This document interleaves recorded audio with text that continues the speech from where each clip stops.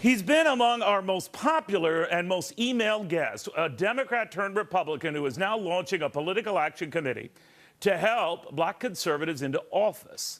Elbert Guillory says the Democratic Party has created an illusion that its agenda is what is best for African Americans. But the state senator from Louisiana is here to set the record straight. You might recall that Senator Guillory switched from being a Democrat to a Republican because he had enough of this nonsense. Senator, always good to have you back. Thank you.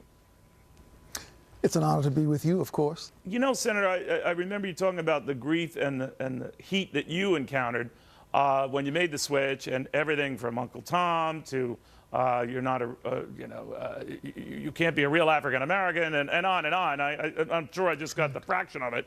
And now you're doubling down on this and going forward with this. What kind of reaction are you getting now?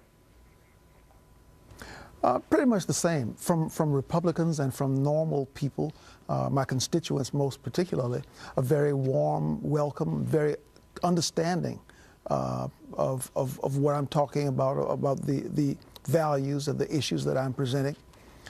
From people in the hierarchy of the party of disappointment, they're still throwing all kinds of invectives at me.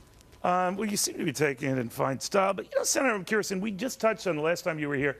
How is it, why is it, you think, that African Americans are such a monolithic Democratic bloc? I mean, rarely do they move maybe a percent or two out of that 95, 96% Democrat bloc. Lies. I believe that we have been sold a bill of lies. Until the mid-'60s, the Republican Party, those members were the heroes of civil rights.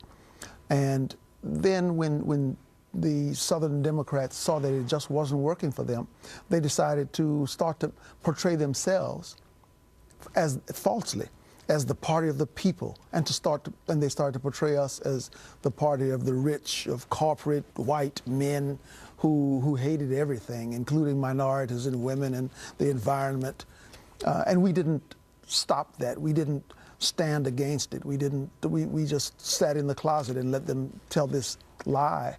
Now we have to take the truth to the communities, to the barrios, to the neighborhoods of America.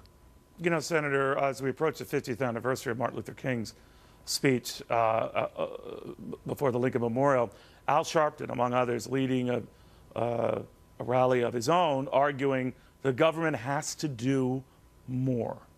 What do you think of that? I think that jobs and education are the two pillars of the American dream. If we are going to do more about jobs and education, that's fine. But to give more to the tragedy, the recent tragedy, is a perfect example of what happens when government gives everyone their food, their housing, their clothing. They have nothing to do. They just sit around, play some violent video games, and then go out and kill people. I mean, it's a tragedy, and it is a tragedy that is predictable when you do everything for people, when they have nothing to do for themselves. They don't have to pick up a fork or a knife even. Yeah, well, you do have an uphill battle ahead of you, but I think you're more than up for that challenge. Senator, it's always a pleasure. Thank you, sir. Thank you.